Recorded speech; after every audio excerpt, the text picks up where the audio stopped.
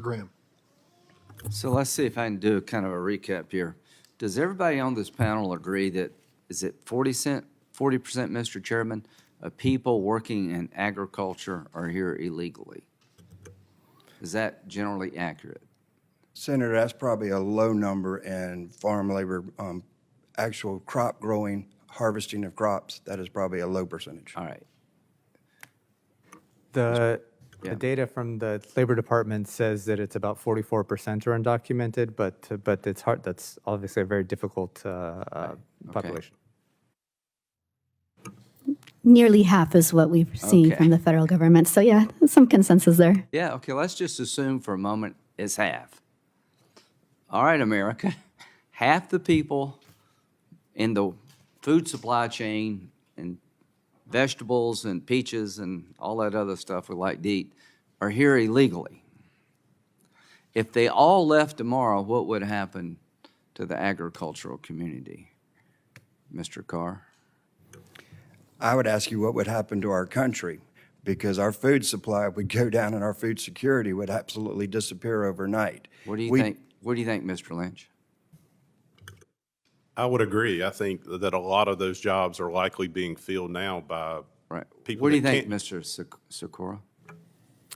Yeah, I would agree with the All other right. comments, certainly. Okay. Here's the deal.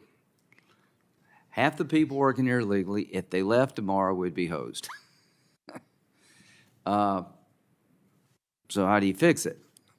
You find a way to keep them here on our terms without making other problems worse. Does everybody agree that's kind of a reasonable solution? They stay here, but they have to pay taxes. They have to earn their way into some kind of legal relationship with the United States. Does that make sense to everybody on this panel? Okay, good. Now, here's the problem. If we do agriculture alone, and I know Chalmers doesn't like hearing this, you're going to have to include other parts of the economy that have the same problem you do. Because there are a lot of people out there want more labor like you do, and there are a lot of people on my side, less now, thinking this is not a problem at all. It's a problem. If you say there's enough American workers to make agriculture work in America, you don't know what you're talking about.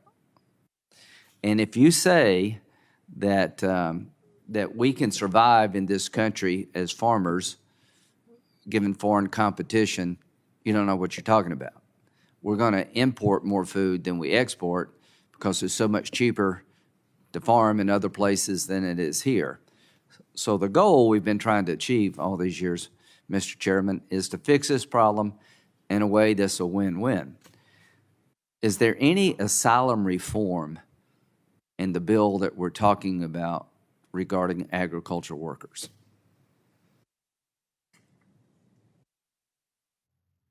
The answer is no. So if we did this bill tomorrow and you didn't change the asylum system, you're going nowhere with illegal immigration. That's the problem. A secure border is necessary, I think, as part of any effort to provide legalization to people who are already here that are adding value to our country. Most Americans want to secure the border, and Democratic colleagues have been, in the past, very good on this. So I don't want to sugarcoat this. Everything you say is true. Ms. Torres, everything you say, I don't doubt one bit what you say is true about particularly women, how they're being treated. Mr. Lynch, Mr. Carr, I don't doubt one bit if these rules keep going into effect, we're going to put you out of business. And Leon, you've been trying to fix this for years. Mr. Costa, we may have a different view about the impact of raising wages to $23 an hour across the board on the American consumer. So, Mr. Chairman, thank you for having the hearing. The only solution available to us is to take the problem in agriculture, come up with a win-win for the agricultural community, but also deal with the other magnets of illegal immigration and help other parts of the economy that are experiencing the same thing you're experiencing. So I'll end where I began. I'm for small deals. I'm for medium deals. I'm for big deals. But we're living in a world of no deals. To the American people, we got a lot of problems But what this hearing tells me, if we don't reform our agricultural system, food prices are going to spike in this country. It's going to become a national security problem, and a lot of American farmers are going to be out of business because they can't compete with foreign entities that don't have to deal with these problems. Thank you. Thank you, Senator Graham. I couldn't agree with you more, and we've at least got a little experience working together. I hope that others will join us in a renewed effort. Senator Klobuchar? Thank you very much, Mr. Chairman. Thank